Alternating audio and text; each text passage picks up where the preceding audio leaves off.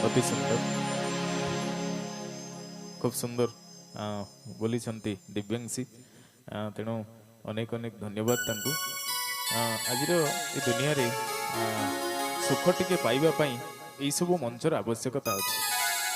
आजिकली ये कली जुगरे मेलोडी बा उदंड नाच नृत्य गीत देखा बहु संख्यार जाती, किंतु कहीं ना से माने सही सब जगह को जाई घर को फेरला परे शांति रे सोई पारंतिनी, किंतु एउठु जे जीव से निश्चित भाव में शांति रे सोइबो। सेइतिपई सुंदर कथाटे कहे ये जीवन काल रे बा दुनिया रे सबुठु सुखी किए आनंद रे किए रुए ना धनहीन कहे धनमान सुखी, धनमान कहे सुख राजा को भारी, राजा कहे महाराज सुखी, महाराज कहे सुख इंद्र कुमारी, इंद्र कहे चतुरान को सुखी, ब्रह्मा कहे सुख विष्णु को भारी, परंतु तुलसीदास बिचारी कहे हरि भजन बिना सब लोक दुखारी, हरि भजन बिना सब लोक दुखारी।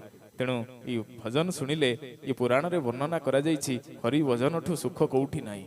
एठी समस्ते जेतिकी समय बसुछंती सबु किछि भूली जाई केवल प्रभुंक नाम को ही जपंती, मने मने स्मरण करंती, तांकरी तांकरी पूजा अर्चना तांकरी नीति नियम को सब बेले मने पकांती। सेइथिपई ए मंच आयोजन करिथिबारु आपण मानको अनेक अनेक धन्यवाद। आपण मानको मु पुनि थरे कहिबी आपणकर भजन प्रेम थाउ, ठाकुरंकर प्रेम एमती बरस थाउ। आसंत सुनिबा निमाईक कंठरे किछि गीत, तापरे किछि नॉनस्टॉप भजन सह कार्यक्रम को स्थगित रखिबा। जय जगन्नाथ, जय जय जगन्नाथ।